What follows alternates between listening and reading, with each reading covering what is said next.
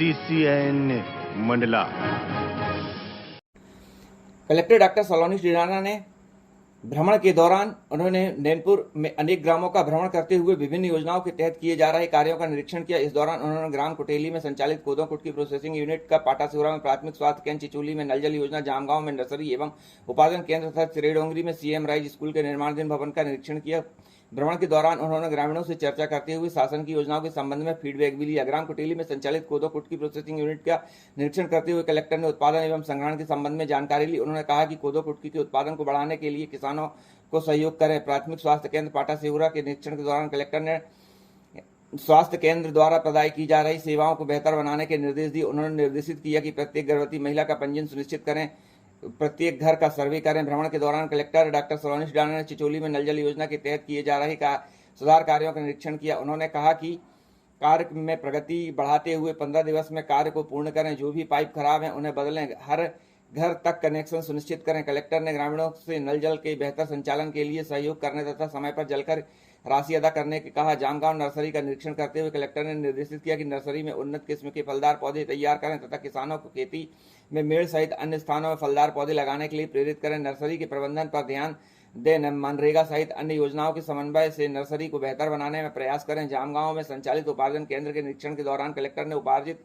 गेहूं की गुणवत्ता के संबंध में जानकारी लेते हुए संबंधित अधिकारी को आवश्यक निर्देश दिए। भ्रमण के दौरान कलेक्टर ने CM राइज स्कूल चिरेडोंगरी के निर्माण कार्य का निरीक्षण किया। उन्होंने कहा कि निर्माण कार्य में गुणवत्ता का विशेष ध्यान रखें, उपयोग में लाई जा रही निर्माण सामग्री के मानकों का पालन करें, कार्य को निर्धारित समय अवधि में पूर्ण कराएं।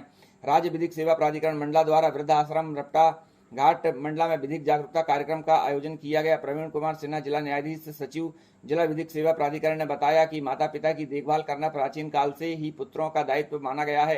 भरण पोषण अधिनियम के तहत यदि माता पिता अपनी आय अथवा अन्य संपत्ति से स्वयं अपना भरण पोषण करने में असमर्थ हो तो वृद्ध अथवा अशक्त माता पिता अपने पुत्र और पुत्री से भरण पोषण प्राप्त करने के हकदार होते हैं। मंडला शहर में लगातार अतिक्रमण कर कब्जे के मामले बढ़ते जा रहे हैं। लाखों करोड़ों की सरकारी भूमि पर लोग कब्जा करके लाभ कमा रहे हैं, जिससे कहीं ना कहीं जिम्मेदार की भूमिका भी नजर आती है। ऐसे ही LIC कार्यालय के पास नेहरू स्मारक में कलेक्ट्रेट पहुंच मार्ग के कॉर्नर पर एक व्यक्ति द्वारा कब्जा करने की कोशिश की गई, परंतु इसकी खबर जैसे ही कुछ समाज सेवकों को लगी उसकी शिकायत की गई। बाद में निर्माण कार्य रुकवाया गया व अतिक्रमणकारी को प्रशासन ने नोटिस दिया है और कब्जा हटाने की हिदायत दी है। नहीं तो जा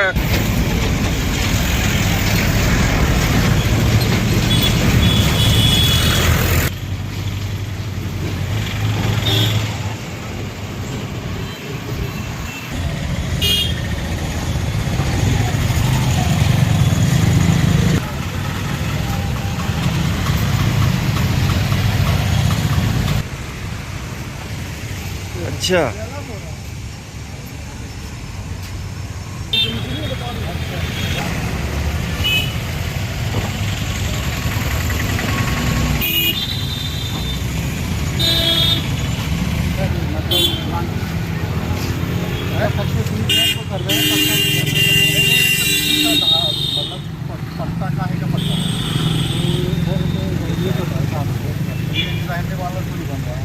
घर का पट्टा है, पहले से होता है वो तो मकान जिसका रहता पहले से उसी पट्टा मिला था। जो आवासीय राजीव गांधी योजना के तहत मिला था, वो जो मकान बना के रह रहा था उसी को मिला था। इसमें कहाँ रह रहा है पहले? ये जो है तुम्हारे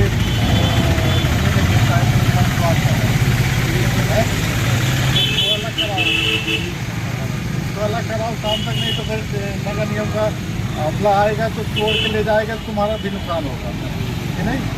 ये अभी शाम तक हम शाम को आएंगे 5 बजे के बाद, तो हम देखेंगे तो खाली मिलना चाहिए, ठीक है? नहीं तो फिर आप नुकसान होगा, आप होगा। नगर निगम मालूम है कैसे खाते हैं मशीन, ठीक है? सबसे बड़ी चीज़ क्या है कि ये फॉरेस्ट वाले तो रहते ही नहीं है, तो फिर कैसे अलर्ट होगा? ये है ना यार भैया, इनके सब का हाल बोलो कनेक्शन भी तो सबसे बड़ी ये कनेक्शन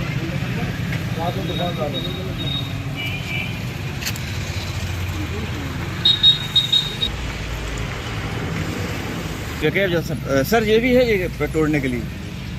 हाँ ये भी कब्जा किया हुआ है। ये साथ में तो दोनों साथ में उठ रहा था ये। बढ़ाते जा रहा है। 10 दिया। हाँ 10 दिया। सर LIC के पास रोड किनारे कब्जे का मामला आप आया हुआ था, क्या कार्रवाई हुई है? उसमें जांच करके प्रतिवेदन बना करके और नगर निगम द्वारा कल 11 बजे हटाने के लिए। कल यानी सर 17/5 को। 17/5 को। सर इसके बाद भी अगर नहीं हट पाया तब? इसके बाद भी नहीं हट पाया? कार्रवाई तो कर रहे हैं ना जी। तो सर ये कब्जाधारी स्वयं हटाएंगे या आपको उठाएंगे? कब्जाधारी ना उठाने की स्थिति में नगर निगम के अमला पूरा उठा ले गए। Thank you sir.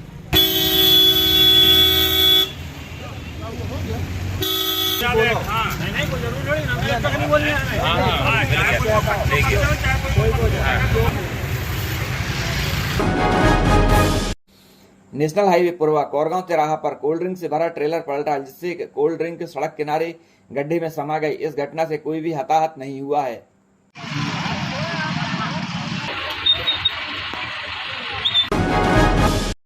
थाना महाराजपुर पुलिस ने ग्राम मानादेवी में नर्मदा नदी के किनारे भारी मात्रा में महुआ लाहन के प्लास्टिक के डिब्बे, जिनकी संख्या लगभग 230 बताई गई है, वह महुआ लाहन का वजन भी लगभग 1.5 टन बताया गया है। घटना स्थल पर कोई भी महुआ लाहन के डिब्बों का मालिक नहीं मिला।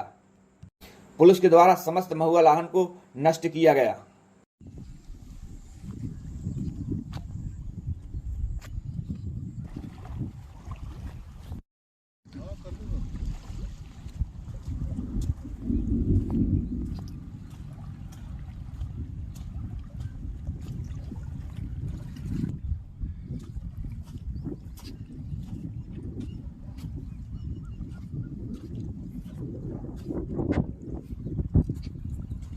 किसानों को फसल के लिए खाद की कमी न हो, जिसके चलते पद्मी में खाद बिक्री केंद्र की गोदाम प्रारंभ की गई है, जहां किसान अपनी जिम्मेदारी के चलते परमिट कटाकर खाद ले रहे हैं। मंडला जिले के नैनपुर थाना के अंतर्गत ग्राम जेवनारा और पौड़ी के बीच की घटना, जहां मृतिका नीलम वहीं उसका पति लखन सनोडिया ने बताया कि वह अपनी पत्नी का इलाज कराने के लिए जबलपुर जा रहा था, परंतु जैसे ही ट्रेन जेवनारा से छूटी, उसी बीच लखन बाथरूम चला गया और जब बाथरूम से लौटा तो उसकी पत्नी स्थान पर नहीं थी। तो वह अपनी पत्नी को डिब्बे में खोजने लगा, परंतु पत्नी नहीं मिलने पर उसने डिब्बे की चेन खींची और अपनी पत्नी को ट्रेन से नीचे उतरकर पटरियों में खोजने लगा, तो पाया कि उसकी पत्नी ट्रेन से कट चुकी है और उसका शव पटरी पर पड़ा हुआ है। मौके पर पुलिस पहुंची, जिसे एम्बुलेंस के द्वारा पोस्टमार्टम हेतु शव को पहुंचाया गया। वह आगे की कार्रवाई पुलिस के द्वारा जारी है। आपका नाम क्या है और जो घटना हुई है कहाँ की घटना है? सर मैं सिवनी का रहने वाला हूँ, ग्राम बटवानी, और सिवनी से बैठा था रेलवे स्टेशन से नैनपुर उतरा। नैनपुर से फिर जबलपुर के लिए टिकट लिया। तो ये जबलपुर से जाते जाते मैं 5-7 किलोमीटर के अंदर में नैनवारा स्टेशन के आगे वहाँ ये हादसा हो गया। हमारी पत्नी है, उनका नाम नीलम सनोडिया है और मैं उनका पति हूँ, मेरा नाम लखनलाल सनोडिया है। और बस हादसा ऐसा हुआ था कि वो ट्रेन में थी, मैं भी ट्रेन में था, लेकिन मैं बाहर थोड़ा बाथरूम के लिए चलेगा बाथरूम में, उसके चक्कर में वो उठी होगी। तो उसने देखी कि भाई आदमी कहाँ, तो मैंने उनको बोला भी था कि मैं आ रहा हूँ, लेकिन ध्यान नहीं दी होगी। उस चक्कर में 5 मिनट के अंतराल में, 2 मिनट के अंतराल में वो मेरे ख्याल से फिसल गई। और वो थोड़ा सा क्या है कि हम जबलपुर जा रहे थे ट्रीटमेंट के लिए, इलाज भी करवाना था उनका, तो मानसिक रोगी भी थी वो।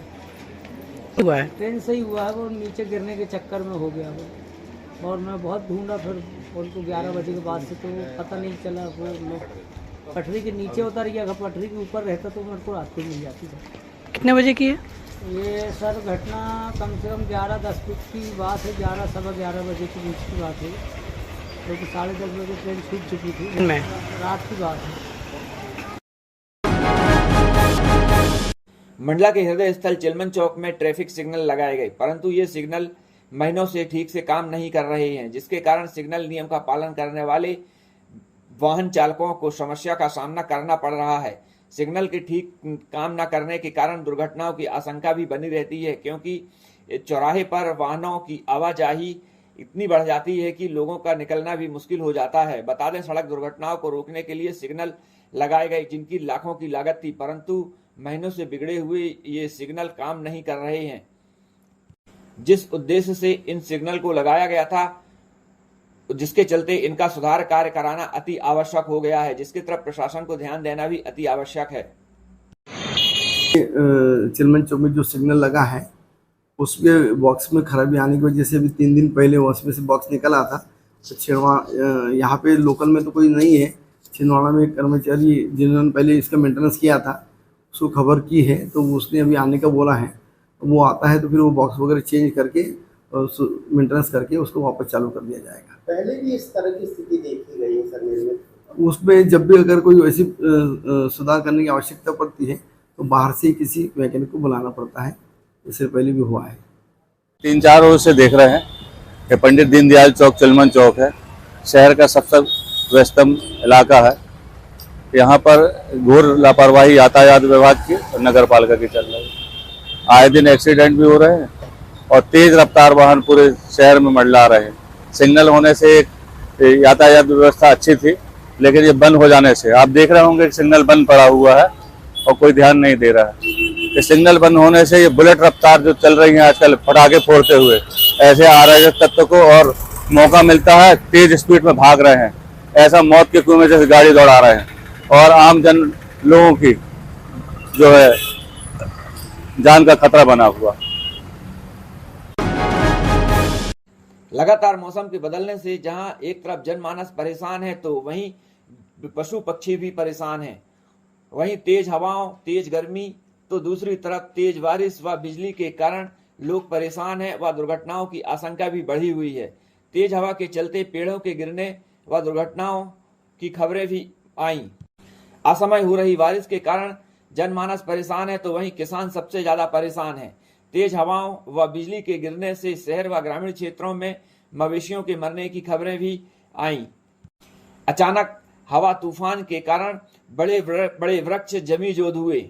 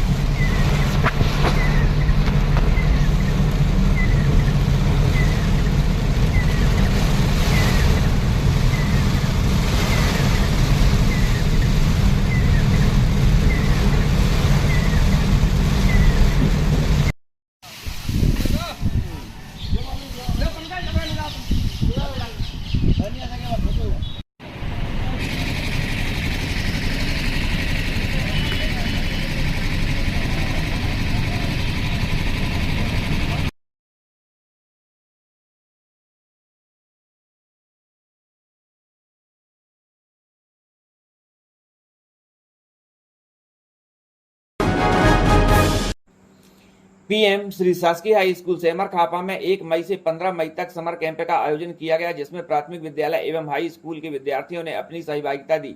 बच्चों ने रचनात्मक सृजनशीलता एवं कला आदि के कौशलों का विकास की कड़ी में विद्यालय के प्राचार्य अखिलेश चंद्रोल द्वारा अपनी देखरेख में समर कैंप का आयोजन किया गया। प्रदेश के 89 पीएम श्री विद्यालयों में अध्ययनरत विद्यार्थियों में अकादमिक गतिविधियों के अतिरिक्त प्रतिभा को पहचान कर उनकी रुचि को निखारने के लिए विद्यालयों में समर कैंप का आयोजन शाला स्तर पर संचालित किया गया, जिसके आयोजन में विद्यार्थियों ने रचनात्मक सृजनशीलता, कला कौशल के विकास के साथ ही 21वीं सदी के विभिन्न कौशलों जैसे टीम वर्क, समस्या समाधान, आपसी सामंजस्य, तार्किकता आदि के गुणों का भी विकास हुआ। पीएम श्री शासकीय हाई स्कूल सेमर खापा में समर कैंप के दौरान विद्यार्थियों ने योगा, मिट्टी के खिलौने, लीक आर्ट, पत्ती कला, कढ़ाई, बुनाई, नृत्य प्रदर्शन, ड्रामा, मूक प्रदर्शन, ड्राइंग, लेख कला, पेंटिंग, समूह चर्चा, भाषण कला, अभिव्यक्ति कौशल, गायन वादन, indoor game, outdoor game, basic computer से संबंधित सैद्धांतिक एवं प्रायोगिक कार्य कुशल मार्गदर्शक शिक्षकों की देखरेख में किया एवं अपनी प्रतिभाओं का प्रदर्शन भी किया। करेंगे बुनाई, जैसे थाल पोस वगैरह बनाती हैं और दरवाजे के लिए झालर बनाती हैं, दीवारों में चिपकाने वाले सुंदर सुंदर डिजाइन बनाती हैं, बनाकर बता रहे हैं। फिर आप लोग हो गया है ना, देखिए इसको कैसा करते हैं बता रहे हैं। हम ये गठान लगाते हैं ना, तो इसको यहाँ से ये लिए और इसमें हम क्या करें, क्रूसिया को, इसके बाद यहाँ ऐसे उंगली से लेते हैं इनको और कल से 8 बजे आ जाए कर क्या जमा करना।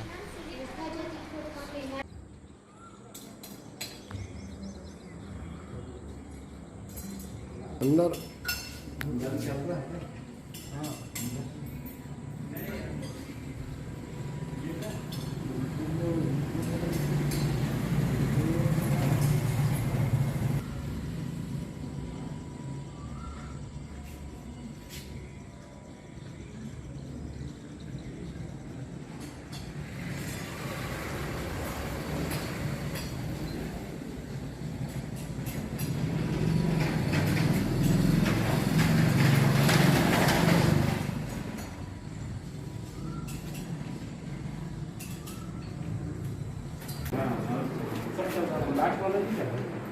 नहीं वो बैठने की जगह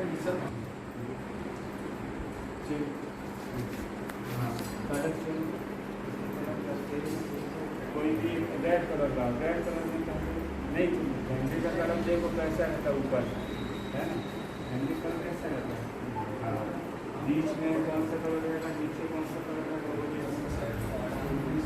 इसमें थोड़ी सी तुम ऐसा करके भी आकार के ना कुछ बना देते पंछी,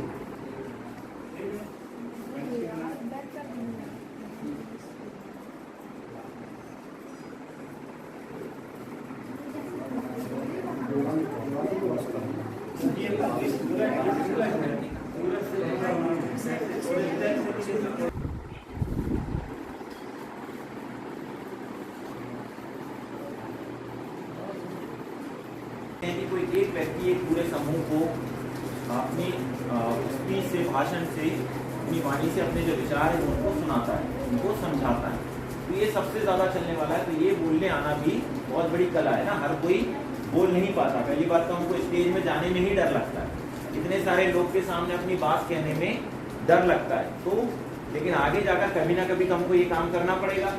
तो इसकी भी प्रैक्टिस क्यों ना हम अपने स्कूल से शुरू करें, अपने ही लोग हैं, सब अपनी ही क्लास है, कम लोग हैं, तो इनके सामने जब हम बोलना शुरू करेंगे तो धीरे धीरे तो चाहे हमारे सामने 50 लोग हो, 100 लोग हो, 200 लोग हो, हम आराम से अच्छी तरह से अपनी बात उन तक पहुँचा सकते हैं। तो चलिए, भाषण कौशल देने आए, बिल्कुल मत घबराएं, एक आध गलती हो भी जाती है तो चलता है, क्योंकि क्या होगा, जितनी आप प्रैक्टिस करेंगे, जितना ज़्यादा आप देंगे, धीरे धीरे आप और अच्छा बोलना शुरू कर देंगे। तो भाषण के लिए सर ने आपको पहले से ही टॉपिक दे दिए थे ताकि आपकी तैयारी अच्छे से हो जाए। तो चलिए, जिसका तैयार है वो लेकर आ जाए अपना, और भाषण देखते हैं कैसा हुआ है। पहले धन्यवाद करना चाहता हूँ कि आज समर कैंप में भाषण, आज की हमें थीम है भाषण, जिसमें मैं आज मेरे टॉपिक पर्यावरण के प्रदूषण एवं निदान का। मैं पहले वायु प्रदूषण के बारे में बताना चाहूँगा। वायु जो है हमारी, पहले प्राणवायु। वायु प्रदूषण मानव द्वारा बनाए गए बड़े बड़े कारखानों, वाहनों से हो रहा है, जिससे वायुमंडल प्रदूषित हो रहा है।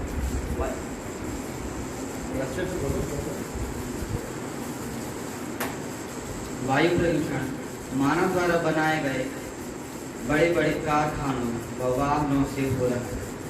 ये वाहनों से इसलिए हो रहा है क्योंकि इनमें से निकलने वाली जहरीली गैसें हमारी वायुमंडलों को प्रदूषित करता है। जैसे वायुमंडल में पूरी गैसें सिर्फ एक नियमित अनुपात में रहते हैं। वायु प्रदूषण उनकी नियमित अनुपात में अंतर लाने के कारण होता है। इसकी हम कई प्रकार से रोकथाम भी कर सकते हैं। इसके बारे में मैं निदान बता रहा हूँ। पहला, कारखानों को बंद कर दिया जाएगा, जिससे कार्बन डाइऑक्साइड की मात्रा बढ़ेगी। इससे हमारे वायुमंडल संतुलित रहेगा।